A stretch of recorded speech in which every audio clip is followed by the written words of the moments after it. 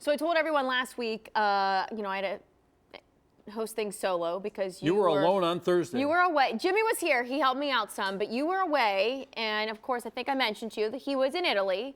Feels so terrible for this man, I tell you. He has such a tough life and a tough job. Tom Hanks is in a brand new movie. It's called Inferno, directed by Ron Howard, who directed Da Vinci Code and Angels and Demons. So this movie takes place in Florence, Italy. So that's why I went there to check some things out. So jealous. Took a couple pictures. I want to show you around. That's the Look at Duomo. this. That's where they have this, the great statue of David, Da Vinci's statue. And this was just about 1 block from my hotel. I was really lucky. I was right in the middle of Old Florence. So when you step out your hotel, this is the kind of thing you see. And you see it everywhere. But that is the thing. Well, here, this is a statue of 2 guys wrestling. It's like, I guess, before the Olympics.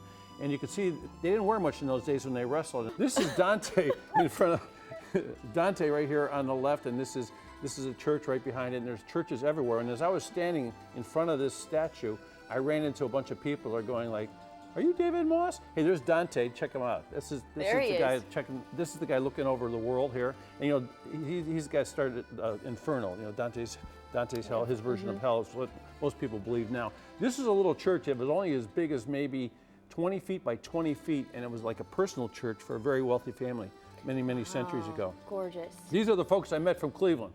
So wait, you really ran into people from Cleveland there? Yeah, it was unbelievable. They go, and they watch New Day Cleveland, or they just know you from all the movies? They must. This one guy says to me, he says, "I knew you before you had gray hair." And I said, "Oh, that was 3 months ago."